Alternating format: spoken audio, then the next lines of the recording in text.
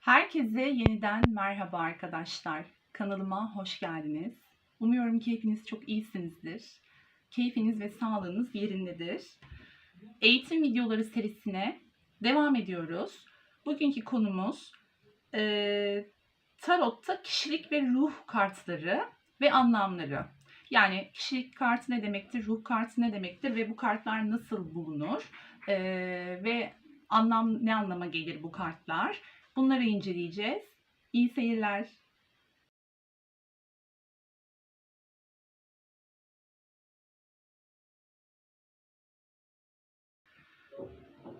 Bildiğiniz gibi tarot hayat yolculuğumuzu belirlememizi sağlayan bir yol haritasıdır. Bunu her fırsatta söylüyoruz.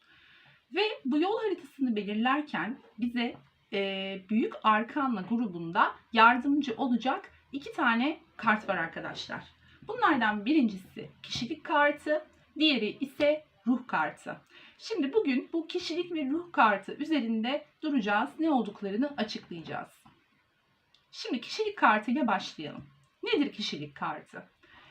Kişilik kartı arkadaşlar, dünyaya geldiğimiz andan itibaren taşıdığımız karakteristik özelliklerimizi anlatan karttır. Yani bize kişiliğimiz hakkında ipucu verir. Farkındalığımızı arttırır. Biz kimiz? Bu dünyaya kim olarak geldik? İşte bunu anlatan kart kişilik kartıdır arkadaşlar. Olumlu ve olumsuz yanlarımızı gösterir aynı zamanda. Yani sadece olumlu yanlarımızı değil, gölge yanlarımızı da gösterir bu kart. Tıpkı aydınlık ve karanlık gibi bizim de her birimizin gölge tarafları, hem aydınlık tarafları hem gölge tarafları vardır. İşte bunları belirlememize yardımcı olur arkadaşlar kendimizi tanıma yolculuğunda. Kendiniz ile ilgili çalışmanız gereken konular nelerdir mesela?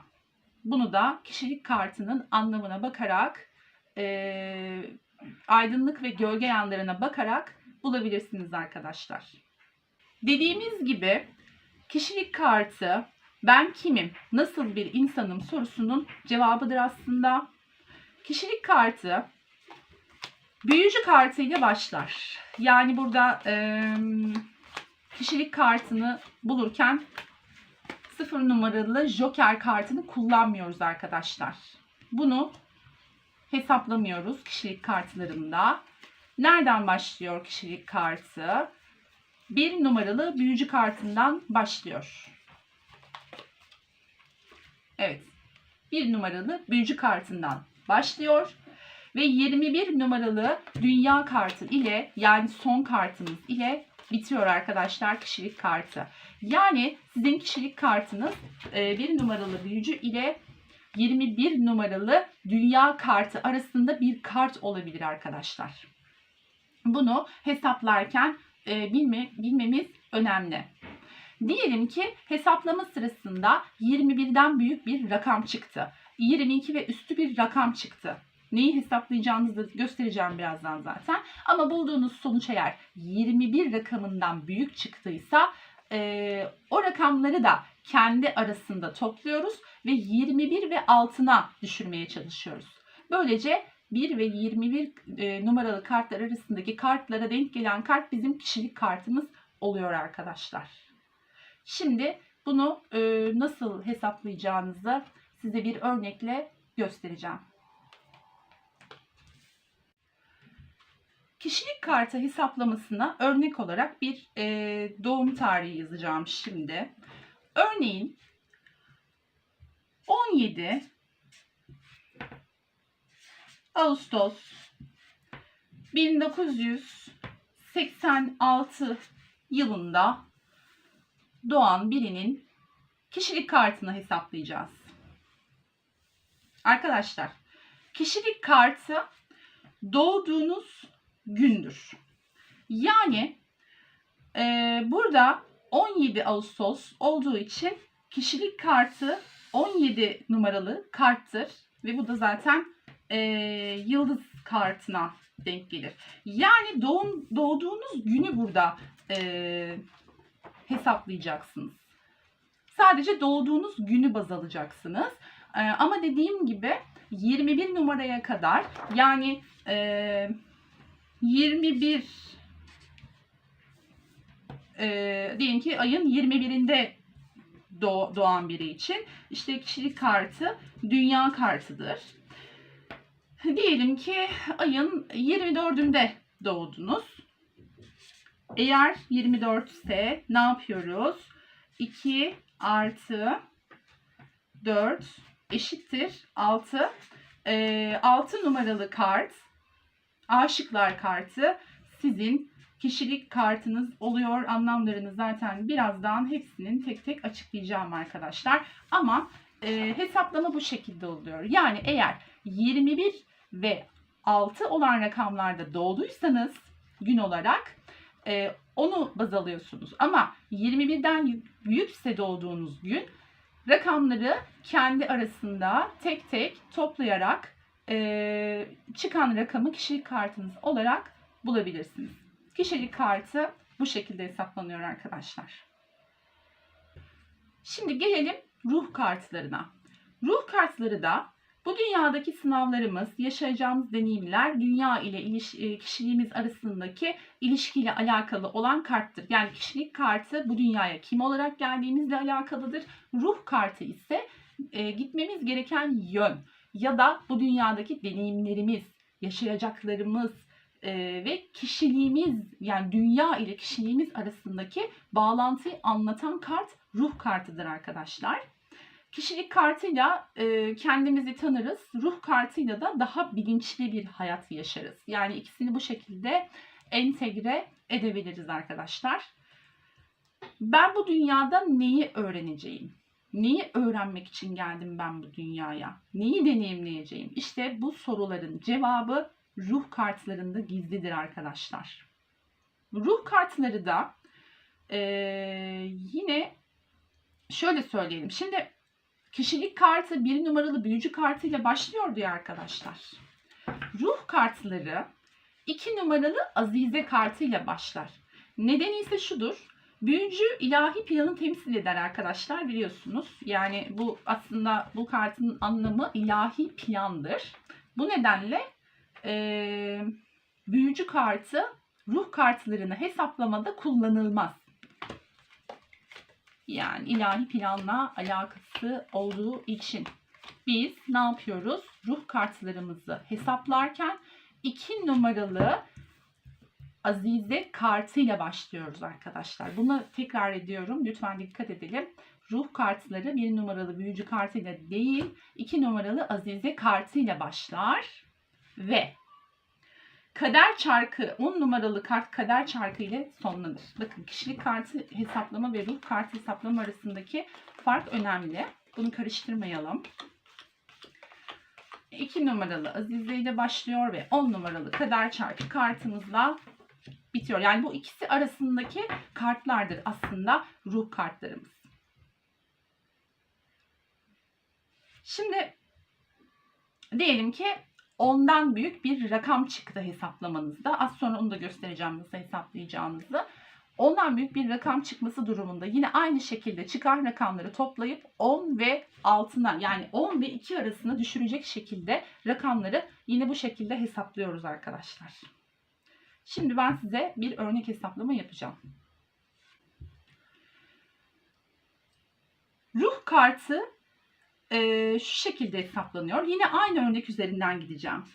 17.08 1986 yılında doğan birinin ruh kartını hesaplıyoruz. Bunun için arkadaşlar burada görünen bütün rakamlar tek tek toplanacak.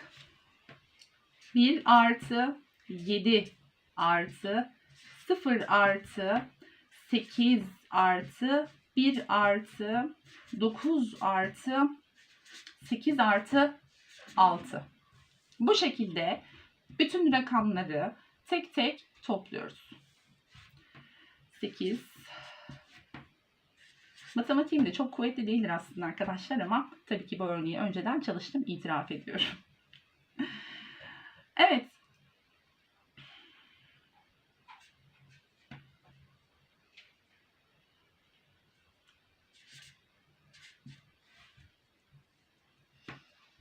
Şimdi burada 8, 8, 16 dedik. 16 artı 24 arkadaşlar eşittir 40 yapar. Şimdi bulduğumuz rakam 40. Ve tabii ki ondan büyük bir rakam ne dedik az önce?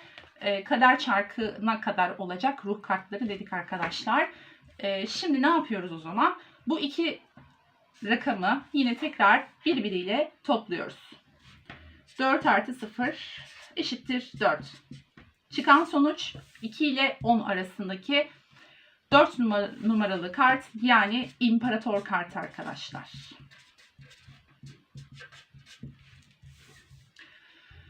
İşte ruh kartları da bu şekilde hesaplanıyor.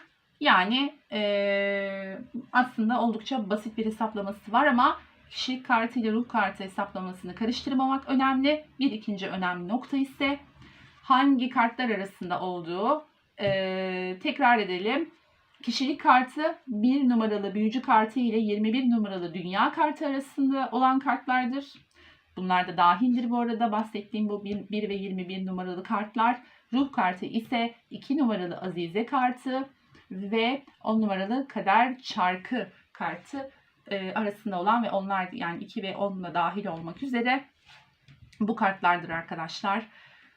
Şimdi kişilik kartları ve ruh kartlarının anlamlarına, yani kartların teker teker anlamlarına geçelim.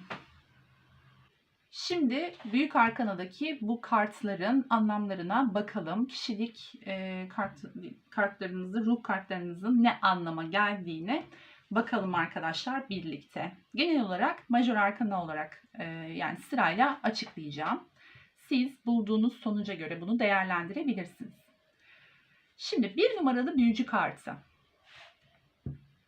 Yetenekli, özgüvenli, zeki, egolu, hırslı ve dik başlıdır arkadaşlar. 1 numaralı büyücü kartı. 2 numaralı Azize kartı. Sezgileri kuvvetli, sakin, danışman, koruyucu, suskun ve içe dönüktür arkadaşlar. 3 numaralı İmparatoriçe kartı. Yaratıcı, üretken, anaç, savurgan, konfor düşkünü, hassas. Bu şekilde özellikleri vardır. Tabii ben hem olumlu hem olumsuz özelliklerini sayıyorum arkadaşlar. Siz ikisini de alabilirsiniz. Devam edelim. 4 numaralı İmparator kartı. Otoriter, lider, sorumluluk alan, biraz egoist, inatçı ve başına buyruktur. İmparator kartının özellikleri, kişisel özellikleri. 5 numaralı Aziz kartı. Geleneksel, inatçı, sabit fikirli, değişikliği pek sevmeyen bir karakterdir. Aziz kartının karakteri. 6 numaralı Aşıklar kartı. Duygusal kararlar veren, değişken, sevgi dolu ve biraz da çift karakterli bir yapısı vardır. Aşıklar kartının arkadaşlar. 7 numaralı Araba kartı. Bazı destelerde savaş arabası olarak da geçer. Kararlı, özgür ruhlu, uyumlu, olgun, bazen de biraz fazla kontrolcüdür arkadaşlar. Bu kartın karakteri.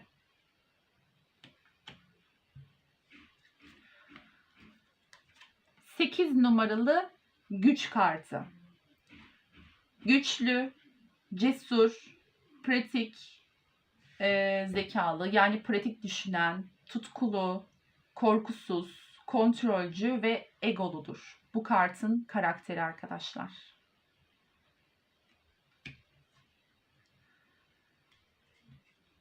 9 numaralı Ermiş kartı. İçe kapanık, bilge, fazla özgüvenli, bazen yani zaman zaman özgüveni biraz abartabilen, Sezgileri kuvvetli ve bunu çok iyi kullanabilen bir karakter yapısına sahiptir Ermiş kartı.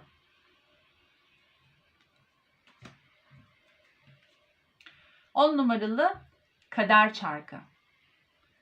Değişken, uyumlu, gezgin ruhlu, enerjisi yüksek ve olayları akışa bırakmayı seven bir karakteri vardır Kader Çarkı kartının arkadaşlar.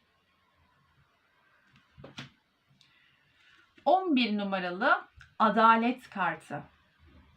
Dürüst, dengeli, tarafsız, tabii ki kuralcı ve sorumluluk sahibi bir karakteri vardır bu kartında. 12 numaralı Aslan Adam kartı. Durgun, biraz tembel, çok sabırlı ama genellikle kurban psikolojisinde olan ve fedakar bir karakteri vardır bu kartında arkadaşlar.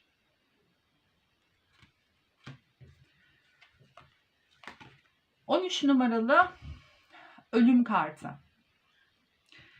Adından da anlaşılacağı üzere karamsar, biraz karamsar bir yapısı var. Fakat net kararlı, tecrübelerinden ders çıkarmayı çok iyi bilen ve küllerinden yeniden doğmayı çok iyi başaran bir karakteri vardır Ölüm kartının. Güçlü bir karttır. Tabii ki her kart güçlüdür arkadaşlar ama Ölüm kartının biraz daha böyle güçlü bir karakteri vardır bana göre. Şimdi 14 numaralı Denge kartı. Uyumlu, dengeli, içine kapanık, duygularını kontrol altına almasını bilen ve aşırılıklardan kaçınan bir yapısı vardır Denge kartının da. 15 numaralı Şeytan kartı.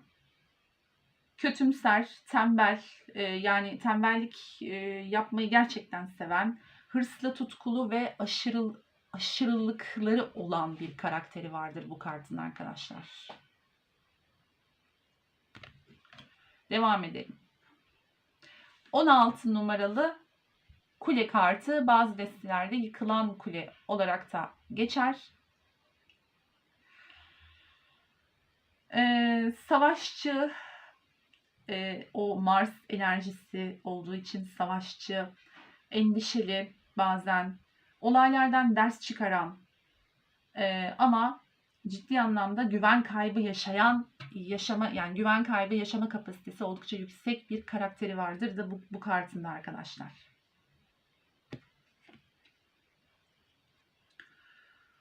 17 numaralı Yıldız kartı.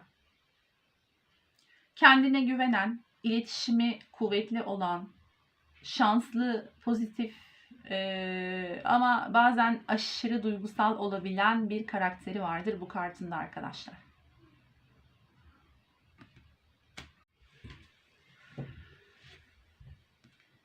...18 numaralı Ay kartı.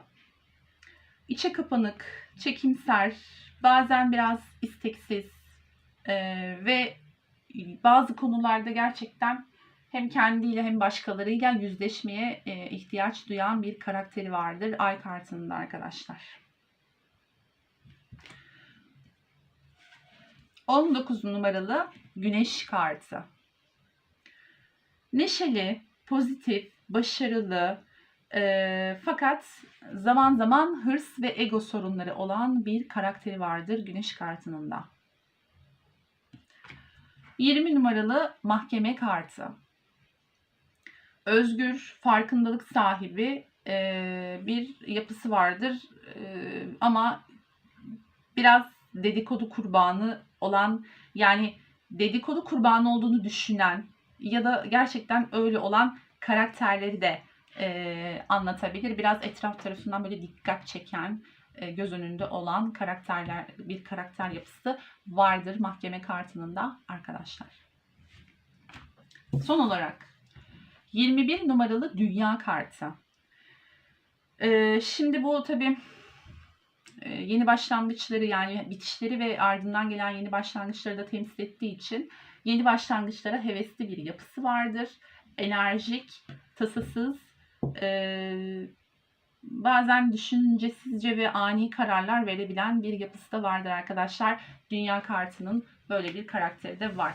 Evet, kişilik ve ruh kartları ile ilgili bilgileri verdiğimiz videomuzun sonuna geldik. Siz de kendi kişilik ve ruh kartınızı bu şekilde bularak kendi yolculuğunuzda size faydalı olmasını sağlayabilirsiniz. Gerçekten kim olduğunuzu, kişilik yapınızı ve bu hayattaki deneyimlemeniz gereken yolu bu şekilde öğrenmenize gerçekten büyük katkı sağlayan, gerçekten yardımcı olan bir yöntemdir arkadaşlar. Evet, bugünlük bu kadar arkadaşlar. Kişilik ve ruh kartlarını da göstermek istedim. Aslında ben bu videoda kartların artık anlamlarına girmek istiyordum. Fakat bu konunun da çok önemli olduğunu düşündüğüm için bunu mutlaka sizinle paylaşmak istedim. Artık giriş konularımızı, genel konularımızı bitirdik. Major Arkana'daki kartlara geçiyoruz bir sonraki videoda arkadaşlar. Kendinize çok iyi bakın. Görüşmek üzere. Hoşça kalın. Like and subscribe.